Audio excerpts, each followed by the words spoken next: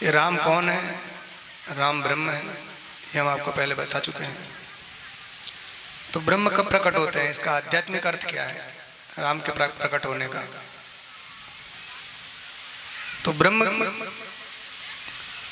श्रवण से ब्रह्म की प्राप्ति होती है, ब्रह्म का बोध होता है।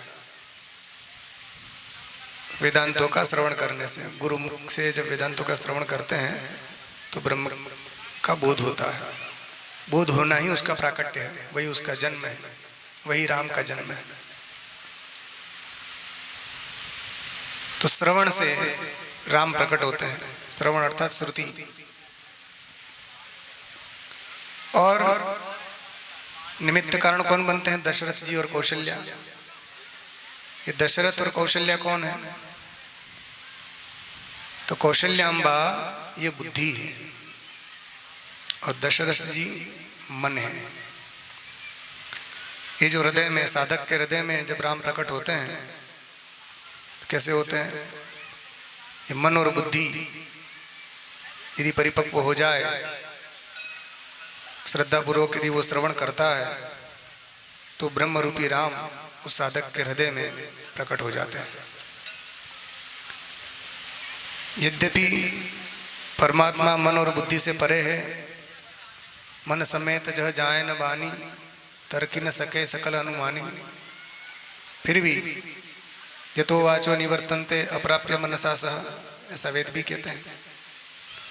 किंतु शास्त्रों में यह भी आता है, दृश्यते त्यग्रया बुद्धिया सूक्ष्मया सूक्ष्मदर्शिभिः, सूक्ष्मदर्शिभिः सूक्ष्मया बुद्धिया दृश्यते। सूक्ष्मदर्शी द्वारा सूक्ष्म बुद्धि से परमात्मा देखा जाता है। तो सूक्ष्म बुद्धि क्या है?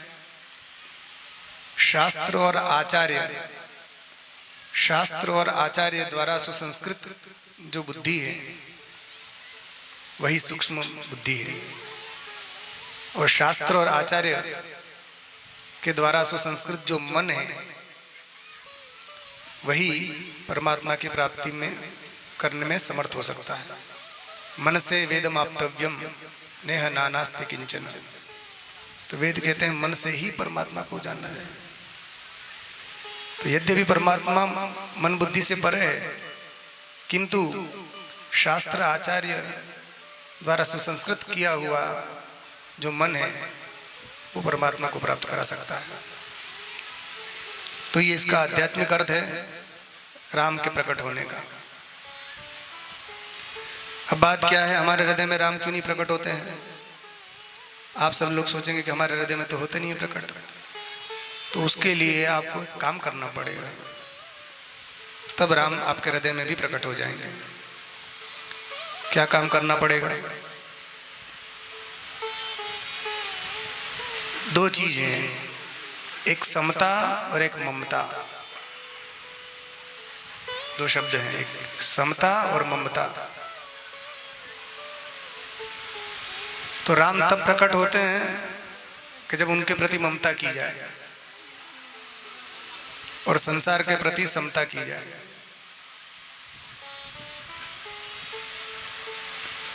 राम के प्रति ममता हो और संसार के प्रति समता हो, तब राम आपके हृदय में प्रकट हो जाएंगे। मगर हमने क्या कर दिया? उल्टा कर दिया। संसार में हमारी इतनी ममता, ये ममता ही बांधती है। आसक्ति, राग, जो ममता हमें परमात्मा से करनी थी वो हमने संसार से कर ली, इसके कारण बंध गए। तो संसार से ममता को हटाकर परमात्मा में लगा दीजिए, तो राम आपके हृदय में भी प्रकट हो जाएंगे। और संसार के प्रति हम विषमता करते हैं, ये मैं, ये मेरा, ये तू, ये तेरा करते रहते हैं, लड़ते झगड़ते रहते हैं। यही तो माया है। मैं अरु मोर तोरते माया, जही बस कीन है जीव निकाया। गो गोचर जह लगी मन जाई, सो सब माया जानहु भाई। मैं और मोर, तू और तोर, यही तो माया है। ये क्यों हुआ? क्योंकि समता नहीं है। संसार के प्रति हमारी समता होती तो ये मैं और मोर तू तोर नहीं होता। वो तो साहब में सिया राम मैं सब जग जानी, करूं प्रणाम जोरी जुग पानी। वो तो सबको सिया राम मैं जानता है, किसी से द्वेष नहीं करता है। द्वेष हम कब करते हैं? जब दूसरे को पराया मानते हैं। स्वयं से कौन द्वेष करता है? करता है। यदि हमारे दांतों से हमारी जीभ कट जाए भोजन करते करते, क्या कोई अपने दांत को तोड़ देता है? क्यों तूने मेरी जबान को काटा? खून निकल गया मेरी जबान में। कोई लेता है? थोड़ी लेकर दांत तोड़ दूंगा। क्यों काटा तूने? क्यों नहीं करते? क्योंकि हम जानते हैं दांत भी अपने हैं, जीभ भी अपनी है। तो इसी प्रकार जो सबको आत्मस्वरूप देखता है वो किसी से राग द्वेष नहीं करता। तो सिया राम मैं सब जग जानी, सारे जगत को सिया राम मैं देखो, करो प्रणाम जोरी जुग पानी। तो समता का भाव संसार के प्रति आ जाता है तो ये जगत फिर नष्ट हो जाता है, परमात्मा की प्राप्ति हो जाती है। और समता का मतलब ये नहीं है कि सबके साथ समान व्यवहार करो। व्यवहार सबके साथ एक जैसा नहीं होता है। जो जैसा होता है व्यवहार तो वैसा ही होता है। ये भाव की दृष्टि, देखना, भीतर से समदर्शी होना चाहिए, समवर्ती नहीं। सारी नारियों में जगदम्बा विराजमान है, मगर व्यवहार सबके साथ एक जैसा थोड़ी होता है। माँ के साथ माँ जैसा व्यवहार होगा, पत्नी के साथ पत्नी जैसा व्यवहार होगा, पुत्री के साथ पुत्री जैसा व्यवहार होगा।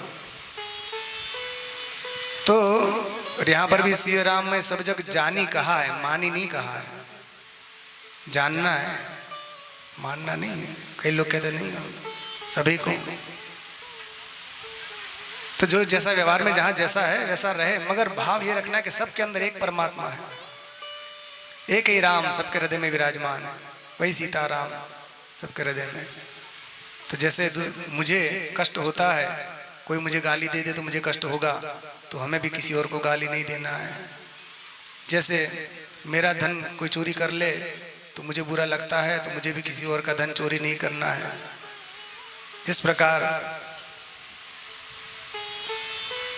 मेरा कुछ अनर्थ होने पर मुझे कष्ट होता है, तो इसी प्रकार मुझे भी किसी का अनर्थ नहीं करना है।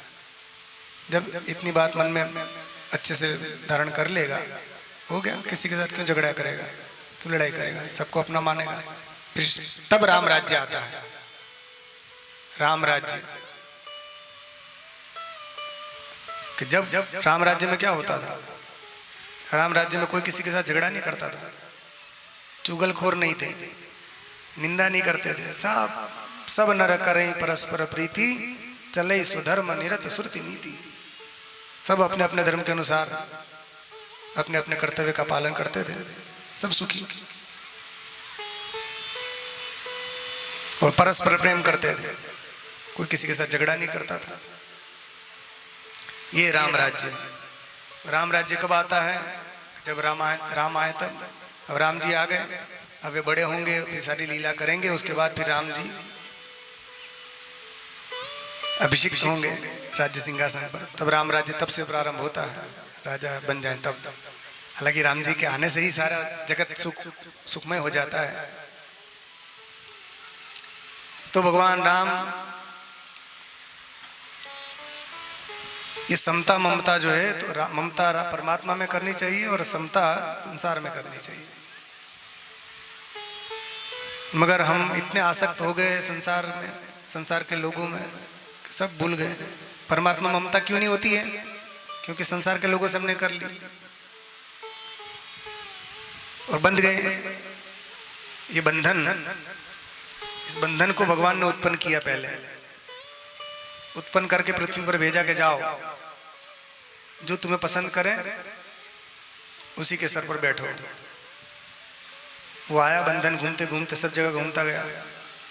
कौन हो क्या? मैं बंधन हूँ, मुझे स्वीकार करो। सबने मना कर दिया कि नहीं भैया, कौन स्वीकार करे बंधन को, हमें बंधना नहीं।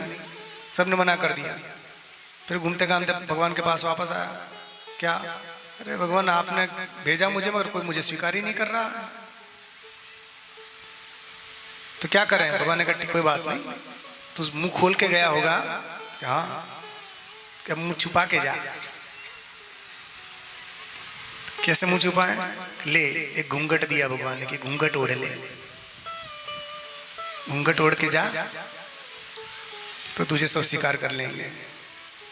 कौन सा घूंघट दिया, बंधन के आगे सम जोड़ दिया, सम का घूंघट दे दिया। बंधन के आगे सम जोड़ दे क्या हो जाएगा, बंध के आगे सम जोड़ेंगे तो क्या हो गया, संबंध। तो बंध के आगे सम जुड़ गया तो संबंध हो गया। फिर जब घूंघट ओढ़कर जब पृथ्वी में आया तो सबने स्वीकार कर लिया, संबंध, रिश्ते नाते सबने स्वीकार कर लिया ना, बंध गए। तो भगवान क्यों आते हैं, भगवान इसलिए आते हैं कि आपकी जो संसार में आसक्ति हो गई है उस आसक्ति को आप वहां से हटाकर परमात्मा में लगाइए। सब कर ममता ताग बटोरी, मम पद मन ही बांध बर डोरी, समदर्शी इच्छा कछु नाही। ऐसे लोग भगवान को प्रिय होते हैं। सब जगह से ममता का ये डोरी हटाओ, परमात्मा में लगा दो, तो उनकी प्राप्ति होती है। उन्हीं के लिए भगवान अवतार लेते हैं। तुम सारिखे संत प्रिय मोरे, धरो देह नहीं आन निहोरे। राम जी विभीषण से कह रहे हैं तुम्हारे जैसे संत मुझे प्रिय हैं, जो सब जगह से ममता हटाकर मुझ में लगाते हैं अपने मन को। तो ये जितनी कथा होती है, सत्कर्म होते हैं, उनका मुख्य उद्देश्य यही है कि हमारी आसक्ति संसार से कम हो और धीरे धीरे धीरे हम परमात्मा की ओर उन्मुख हो, संसार से विमुख हो, परमात्मा की ओर उन्मुख हो।